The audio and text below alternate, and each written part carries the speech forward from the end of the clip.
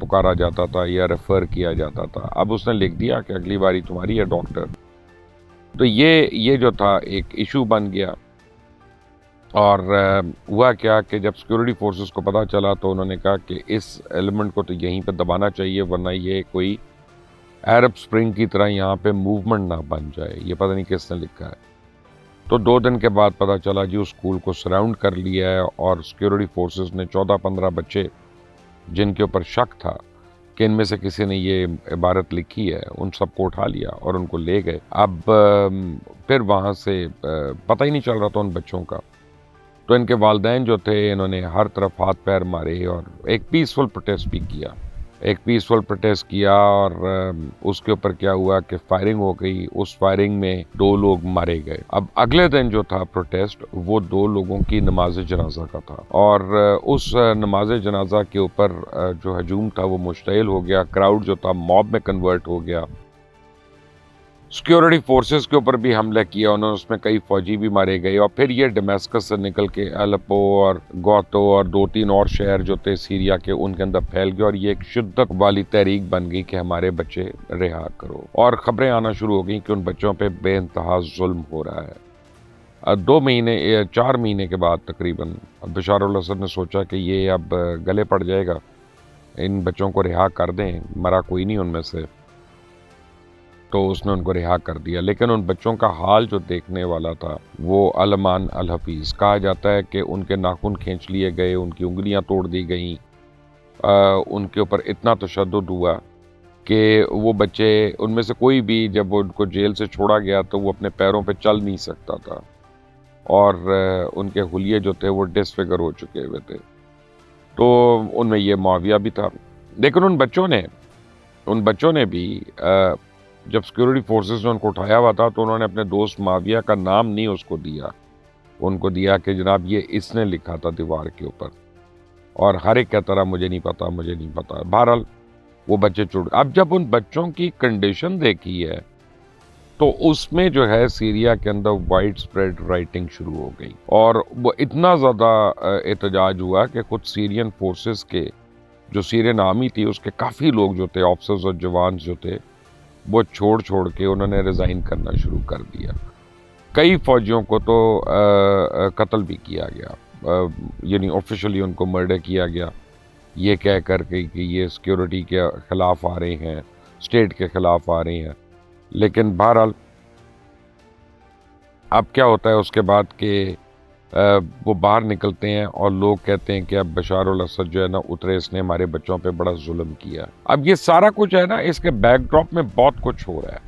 اس کے back drop میں شیعہ سنی لڑائیاں ہو رہی ہیں, اس کے بیک ڈراپ میں کرز کی لڑائیاں ہو رہی ہیں, اس کے بیک ڈراپ میں رشیا اور امریکہ جو ہیں وہ آمنے سامنے ہیں وہاں پہ. اس کے بیک ڈراپ میں مڈل ایسٹ کنٹریز جو ان کو اپنا سٹیک چاہیے تھا سیریا کے اندر وہ وہاں پہ آپریٹ کر رہی ہیں. اسی بیک ڈراپ میں ٹرکی جو ہے وہ آپریٹ کر رہا ہے وہاں پہ, کیونکہ اب سیریا کے جو نارتھ کا ایریا ہے وہاں پہ لوگوں نے ایک الگ سے کردستان کی کیمپین چلانا شروع کر دی, آزاد کردستان کی. اور ٹرکی جو تھا وہ اس میں پڑ گیا کہ ایئر اسٹرائکس کرنا شروع ہو گیا. اس کو لگا کہ یہ اسپریڈ ہو کے ٹرکی کے اندر آئے گی. تو اب بڑے آرام سے آپ یہ سمجھ لیں کہ سیریا جو تھا وہ دنیا کا سب سے زیادہ ہاٹ بیڈ میں کنورٹ ہو گیا اور بہت زیادہ وہاں پہ ایک خانہ جنگی شروع ہو گئی. ایک اور اس کا جو ماضی میں واقعہ ہوا وہ یہ ہوا کہ اس بچے معاویہ کے واقعے سے کوئی 1.5 سال پہلے شدید خوش سالی کا سامنا کرنا پڑا سیریا میں لوگوں کو. بارش نہیں ہوئی, 1.5 سال یا 2 سال بارش نہیں ہوئی. ان کے کھیت جو ہیں وہ ویران ہو گئے ہیں, باغ ویران ہو گئے ہیں, کھانے کو کچھ نہیں تھا. انفلیشن جو تھی وہ آسمان کو چھو گئی جا کے. لوگ سیریا چھوڑ کے بھاگنا شروع ہو گئے, جو بھاگ نہیں سک رہے تھے وہ اسکیپ کرنا شروع ہو گئے. فلائٹس بند ہو گئیں, لوگ سمندر کے راستے جو ہے نکلنے کی کوشش کرنے لگے. اور ہم نے کتنی تصویریں دیکھی ہیں بچوں کی سمندر کے ساحلوں پہ مرتے ہوئے ان کو کہ سیرین ریفیوجیز ہیں. یہ سارا کچھ اس میں ہو رہا تھا. اور اب جب لوگوں کی جو حالت زار تھی وہ ایسی ہو گئی کہ جو اپر مڈل کلاس کے لوگ تھے وہ خطے غربت سے نیچے آ گئے. کھانے کو پیسے نہیں تھے اور جن کے پاس تھے ان کو کھانے کو ملتا نہیں تھا. تو اس میں یہ معاویہ اور اس کے دوستوں کا یہ واقعہ شروع ہوا اور پھر یہ آگے ایرپٹ کر گیا. تو اب یہ اکنامکس کی مار پڑی ان کو، ان بچوں کے اوپر پروٹیسٹ شروع ہو گیا، شیعہ سنی ہو گیا، کرس کا ہو گیا، رشیا اور امریکہ کی کولڈ وار جو ہے وہ وہاں پہ چل رہی تھی، چائنا کا انٹرسٹ وہاں پہ چل رہا تھا، مڈل ایسٹرن کنٹریز کا وہاں پہ انٹرسٹ چل رہا تھا. تو یہ اتنا بڑا ایک گنجل بنا ہوا ہے سیریا جو ہے کہ اس کے متعلق کوئی رائے دینا یہ آسان کام نہیں ہے. تو میں آپ کو اس لیے ایونٹس بتا رہا ہوں یا آپ کو وہ واقعات بتا رہا ہوں جو ہوئے. اب میں اس پہ رائے جو ہے کسی سائڈ کی طرف سے دینا نہیں چاہتا. لیکن اب اس کے بعد کیا ہوا کہ بشار الاسد نے 3 باری کیمیکل اٹیکس کیا اپنے ہی لوگوں پہ، اور اس میں یعنی کہا جاتا ہے کہ 90% کے قریب جو مرنے والے تھے وہ عورتیں اور بچے تھے، وہ لائن میں مر گئے. اور یہ بڑے ہاربل ڈیتھس ہوتی ہیں کیمیکل اٹیکس کی جو ہوتی ہیں، اور وہ ہوئی رپورٹڈلی وہاں پہ. اس کے اوپر امریکہ نے ایئر اسٹرائک شروع کر دی وہاں پہ، اس کے اوپر رشیا نے اپنی ملٹری بھیجنا شروع کر دی، آرمامنٹس بھیجے سیریا کو ہیلپ کرنے کے لیے. ایران نے تو اپنے فوجی بھی بھیجے وہاں پہ، نہ صرف کہ ویپنز. حزب اللہ جو تھے وہ بھی اس کی مدد کو آ گئے. لیکن اتنی دیر میں ISI جو ہے اسلامک اسٹیٹ آف عراق کے نام پہ بنی ہوئی تھی، وہ انہوں نے بھی اپنے رضاکار اور فوجی جو ہیں وہ سیریا کے اندر بھیجنا شروع کر دیے، اور انہوں نے اپنا سلوگن ہی چینج کر لیا. انہوں نے اپنا نام بدل کر ISI سے ISIS رکھ لیا، ISIS جس کو ہم کہتے ہیں. یعنی پہلے وہ تھا اسلامک اسٹیٹ آف عراق، اور اب وہ بن گیا Islamic State of Iraq and Syria. تو that is how ISIS got its name. اور اب جو فری آرمی تھی، جو فری سیرین آرمی تھی، جو وہ لوگ جنہوں نے فوج کو چھوڑا تھا، ریبلز کو جوائن کیا تھا، ان کی تعداد بڑھنا شروع ہو گئی. ان کی تعداد 1 لاکھ سے زیادہ تجاوز کر گئی، اور اس میں مختلف گروپس آ کے ملنا شروع ہو گئے. لیکن سب سے بڑی بات ہے کہ ان کو امریکہ نے بہت زیادہ ویپنز دیے. نہ صرف امریکہ نے ویپنز دیے بلکہ امریکہ نے ان کی ٹریننگ بھی شروع کر دی کہ ان کو ٹرین کریں کہ یہ کس طرح انہوں نے سیرین آرمی کو لڑنا ہے. سامنے رشین آرمامنٹس ہے، ایرانین آرمی ہے، تو ان سب کو انہوں نے کیسے لڑنا ہے، ورنہ یہ تو ختم ہو جائیں گے. اور اس کے بعد ان کی ایک نہ ختم ہونے والی ایڈ جو ہے وہ آنا شروع ہو گئی. اب کچھ عرصے سے بشار الاسد کے اوپر بہت پریشر تھا کہ سٹیپ ڈاؤن کر جائے، لیکن رشیا جو ہے اس کے انٹرسٹ بشار الاسد جو ہے وہ مڈل ایسٹ کے اندر دیکھ رہے تھے اور اس کو پروموٹ کر رہے تھے. چائنا جو تھا اس کا انٹرسٹ تو بڑا سمپل ہے، my enemy's enemy is my best friend, کہ امریکہ اس کے خلاف ہے تو میں نے اس کے ساتھ ہونا ہے. ایران کا انٹرسٹ تھا اس میں، وہ اہل تشیع تھا اس میں، حزب اللہ بھی تھا. اب جب ریبلز نے اٹیک شروع کیا تو بشار الاسد تو بیسیکلی کمزور ہوئے تھے، اور ان کی اپنی فوج کے ریبلز جو تھے وہ ان کو وہاں پہ مارے تھے، فری سیرین آرمی جو ہے. لیکن اس کے ساتھ یہ ہوا کہ ایران جو ہے بڑی ہیویلی انوالو ہو گیا اپنی وار ود اسرائیل کے ساتھ، اور اس میں وہ اس طرح سے اب آ کے فوجی نہیں بھیج سکتا تھا یا مدد نہیں کر سکتا تھا جس آج سے وہ 2 سال پہلے کرتا تھا. پھر رشیا جو تھا وہ 2 سال سے یوکرین وار کے اندر انٹینگلڈ ہے، تو رشیا کے لیے بھی پاسبل نہیں تھا کہ وہ جتنی مدد اس نے کی ہے اس سے زیادہ آ کر وہ بشار الاسد کی مدد کرتا. حزب اللہ کے اوپر جو سٹرائکس ہوئی ہیں پچھلے کچھ عرصے میں اسرائیل کی طرف سے، تو اس میں حزب اللہ جو ہے کافی کرپل ہو کے رہ گیا، وہ بھی ان کی مدد نہیں کر سکا. شیعہ اور سنی کو چھوڑ دیں، اب حماس بھی ان کی مدد نہیں کر سکتا تھا، کیونکہ حماس جو ہے اس کا بھی جو نیوکلیس ہے وہ بہت زیادہ ڈیمیج ہوا ہے. کئی لوگوں کا، مبصرین کا تو خیال ہے کہ حماس شاید ڈیسیمیٹ ہو چکی ہے، لیکن چلے قطع نظر اس کے، حماس اب کسی کی مدد نہیں کر سکتا کم از کم.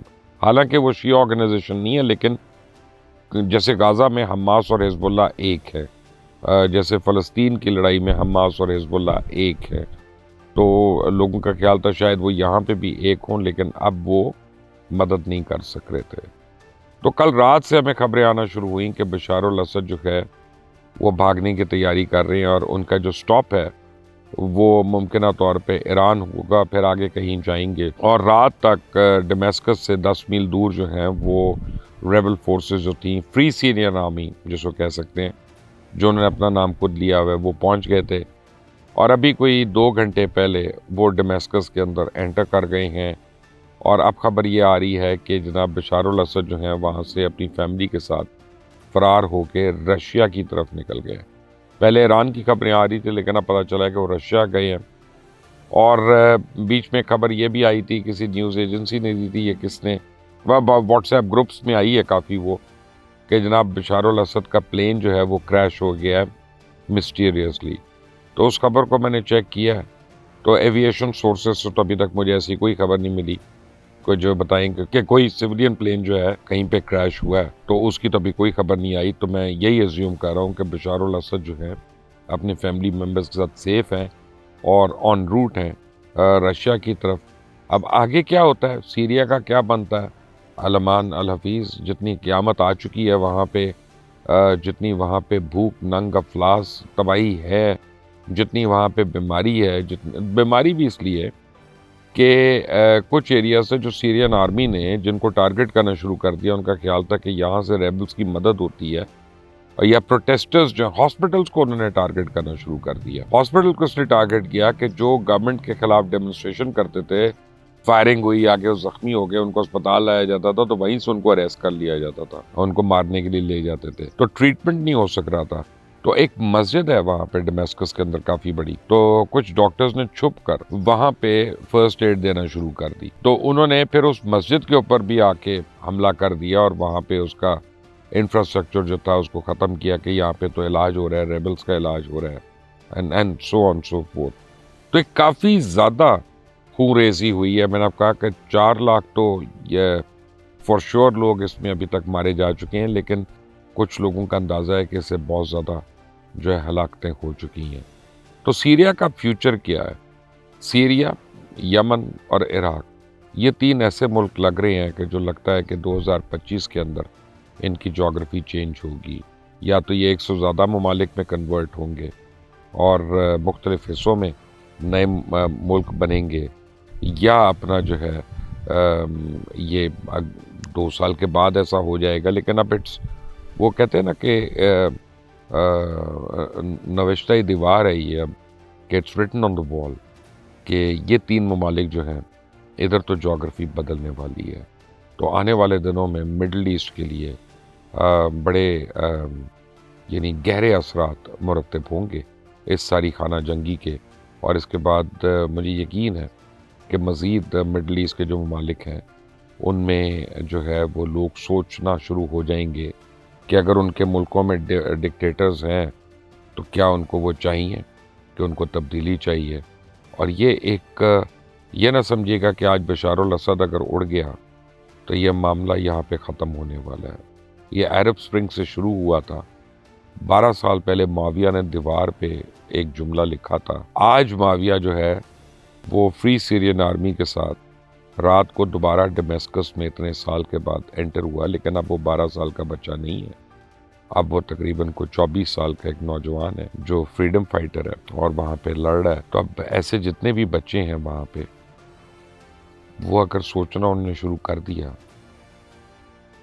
تو آگے اگلے چند سال جو ہیں وہ عرب ورلڈ کے لیے کوئی اتنے اچھے نظر نہیں آتے. اللہ کرے کہ میرا تجزیہ غلط ہو, اللہ کرے کہ میری یہ سوچ صحیح نہ ہو, کیونکہ کوئی نہیں چاہتا کہیں پہ بھی خون ریزی ہو, یا پرابلم ہو, یا افلاس ہو, یا تنگ ہو. اللہ تعالیٰ ہم سب کو اپنی امان میں رکھے. اس چینل کو سبسکرائب کریے گا, بیل آئیکن کو پریس کریے گا, اور ویڈیو کو شیئر کریے گا لوگوں سے. انٹل نیکسٹ ٹائم, اللہ حافظ.